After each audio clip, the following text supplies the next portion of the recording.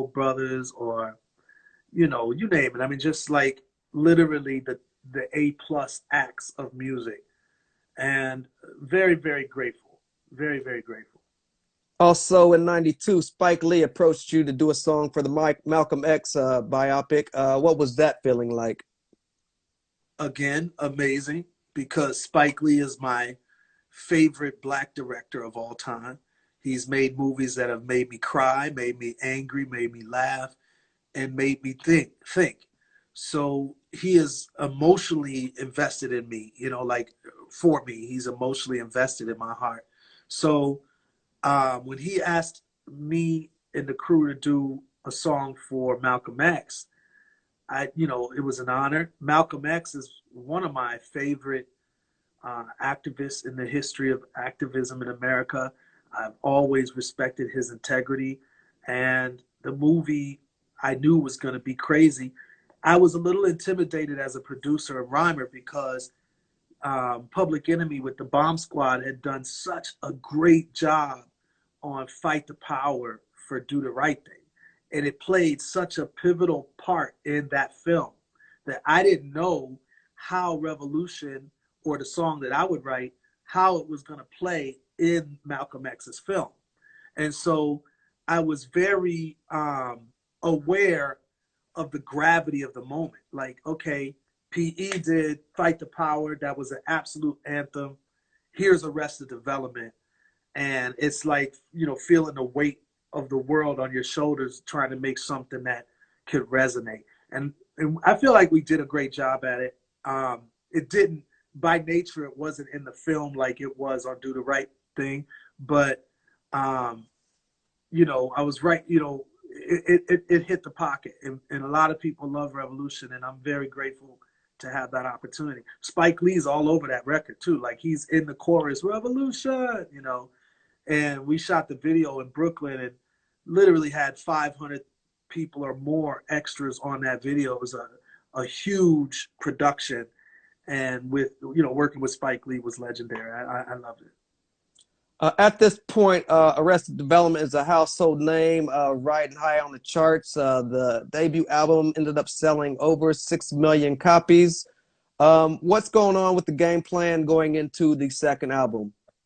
Well, it got complex because by this time, internally, the group had split into two halves, basically. Headliner and I had disagreements about splits and stuff like that, and half the group was on my side, half the group was on his side, and we weren't really getting along. Not to mention very common things that, again, because this was our first record, I didn't know how common it was, and it was very new to us. But very common things like jealousy, envy, greed started to play a role in this group. And you would think with consciousness or wokeness or whatever you want to call it, that it wouldn't have such an effect.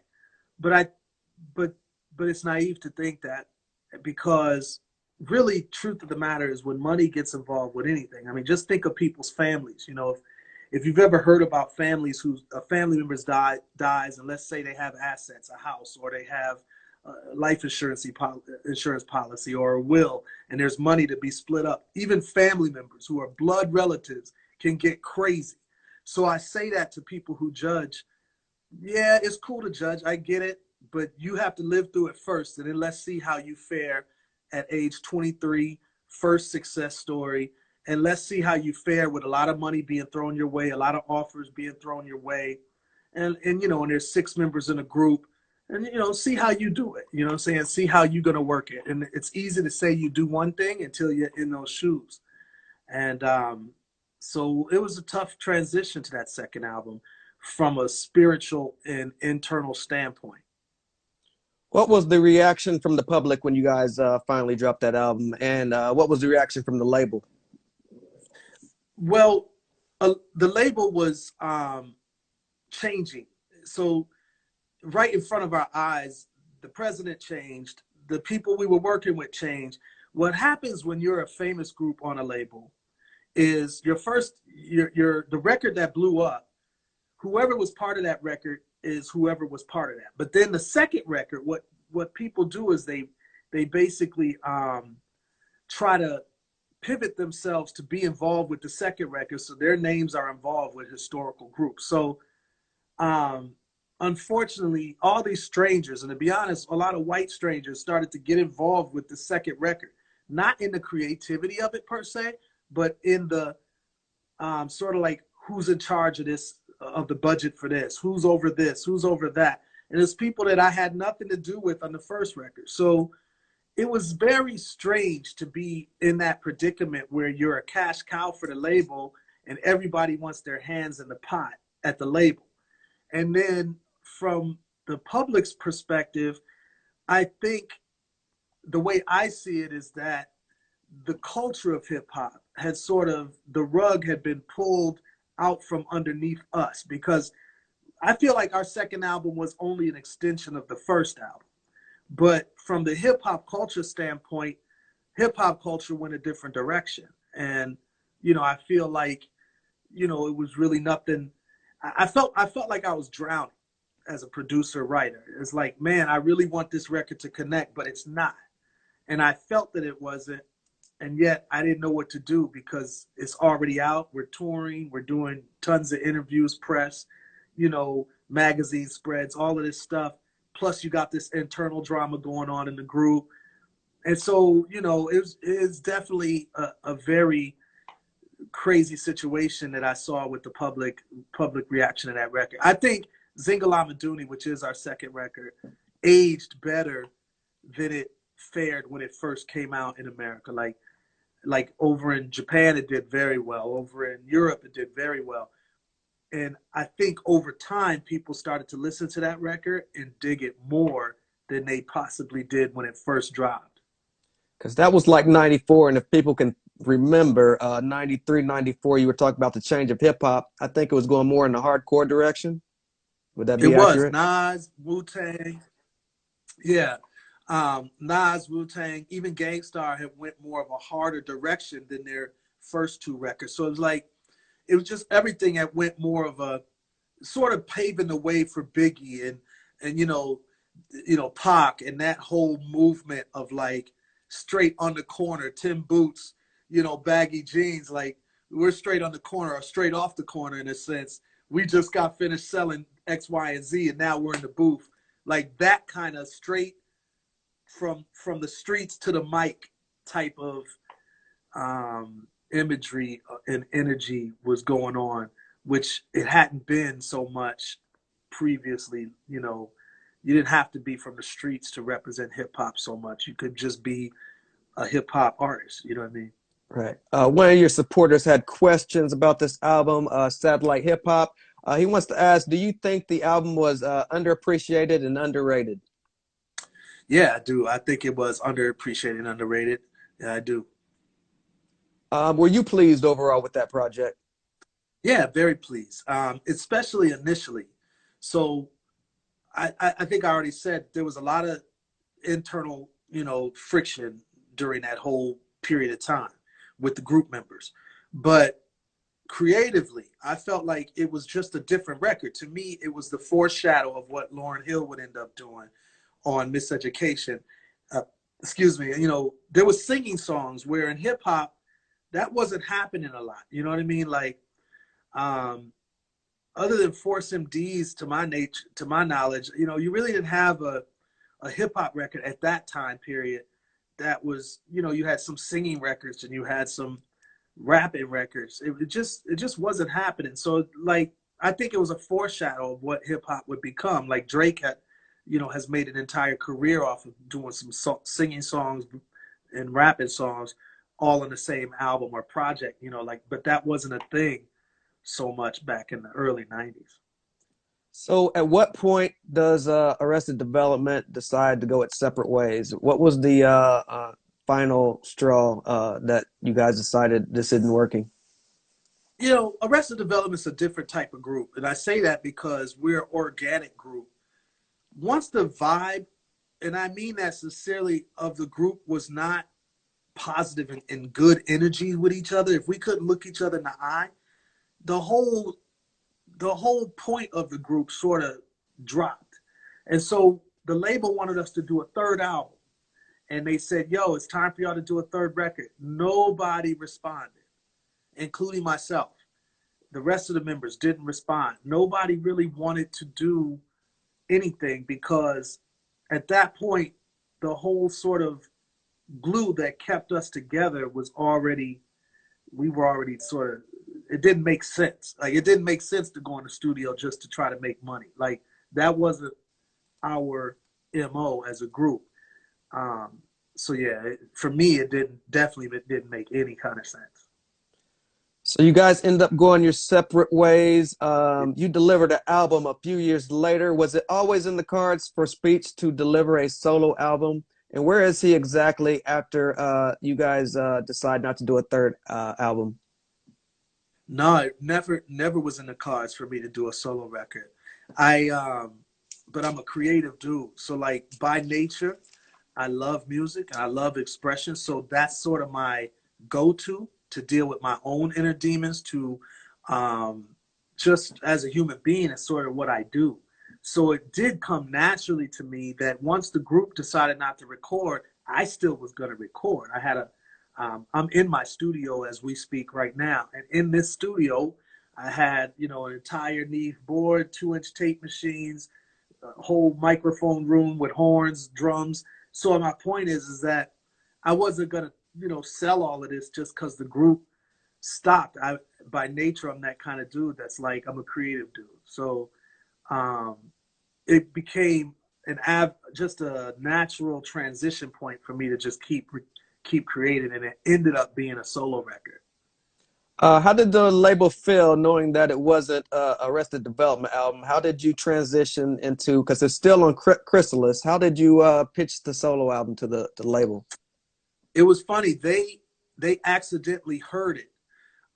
There was a new president named David, I forget his last name, and David was a super Arrested Development fan, and the president of Chrysalis, he heard a couple songs that I had recorded, and I don't even know who sent it to him. I didn't send it to him, and maybe someone from my staff or whatever sent it, and he loved it, and he was like, "Speech, if you want to do a solo record with stuff like this, let's do it." And I was like, you know what? That's a blessing. By that time, I had a son on the way. I was depressed as ever because of Arrested Development and all of the stuff that was going on with us. And for me, that was like a breath of fresh air to try to get back in the studio and do something. And the fact that I had the label's blessings felt like a great idea. So to me, it was a new chapter of my life. And yeah, I was ready to move forward. You since then released approximately 7 solo albums. Which project would you consider your most personable project as a solo artist? That's a hard one, bro. But it would be between my first one, which is just called Speech, because my son Jahi was born like right before I dropped that record, and also it would be an album called Spiritual People, which was my biggest selling record. It went gold, um, biggest selling solo record. That record means a lot to me because it was it solidified my career as a solo artist. Um, Basically, my solo career didn't do anything in the States. It sold like 15,000 units, which is dismal. And thank God, Japan, it was selling like hotcakes in Japan, and I didn't know it. I found out about it pretty late in the game, like about 2 months in. I found out that I had the #1 record in Japan. And so Japan is an incredible country. I went there. I felt all of this love. And I just said, you know what? Forget the States. I'm going over here. I didn't live in Japan, but I lived in Japan. Like I didn't have a place, but I stayed there often, touring, recording, promoting. And so um, that the album Spiritual People did so well over there that it just will always hold a special place in my heart. But all of my records did well. All of them went gold. All of them were top 10 records there. And that again, just in the Japanese, for those that haven't traveled over there, they're the best fans. Like they're really they study your music. They love the lyrics. They study the lyrics. The interviews are meaty and in depth, like this one is actually. And Appreciate that. yeah, it's true. And so it's great. It's a great place to be an artist because they are so dedicated as well as fans. So it was truly a blessing from God that I had a chance to be popular in that world, and especially with my solo career. Around 2000, you released more music with Arrested Development, and since then, you guys released approximately 11 albums, which takes us to 2020. Don't Fight Your Demons. Can you tell me a little more about that title? Yeah, so Don't Fight Your Demons is really like, even as you're interviewing me now, I've expressed a lot of the demons that I had to fight, whether it be internal struggles in the group, whether it be personal depression because of my life and career paths not being what I hoped that they would be. So Don't Fight Your Demons is basically saying, instead of fighting the things that you're, not liking about yourself, try to understand why they're there. Try to understand why you keep inviting demons into your life, whether it be addictions or things of that nature. Like, why are you inviting these things into your life? And try to find out what is the root issue that's causing you to rely on these demons. And so it says, don't fight your demons. Invite them in, have a conversation with them, and then learn why they're there. Then kick them out and replace them with something real. So that's what this record's about. And it's I think it's a very sort of 360 record. It feels like the rebirth of Arrested Development in many ways, and a lot of fans are saying the same thing. A lot of fans are saying it's our best record. Some say it's the best since 3 years record. So it's definitely a record that everybody, needs to pick up and check out and just dig deep. And yeah, Don't Fight Your Demons is a proud accomplishment. Was this recorded during this whole COVID lockdown situation? Definitely. It was recorded during all of the COVID, quarantining, and which was a blessing, because first of all, I had a chance to just really focus on the music. I had a chance to live with it before releasing it. And I worked with people across the world. Configa is one of the producers on this record. He also co-executive produced this record with me. And he's a beast on the beats. And as a hip hop lover of the genre, it was good to bounce ideas off of Configa. And then also I worked with, cats like Chris Acosta, who's a beast on the music, Mark X, who's a beast on the lyrics and music, and of course I did a lot of beats too. So it was good during this COVID time to just be able to connect with these different brothers. Looks like Instagram's going to cut us off in about a minute and a half. I'm going to cut this off. If you can join me right back in like 3 seconds. Cool. All right. Appreciate you. Thanks for everybody joining on. We'll be right back.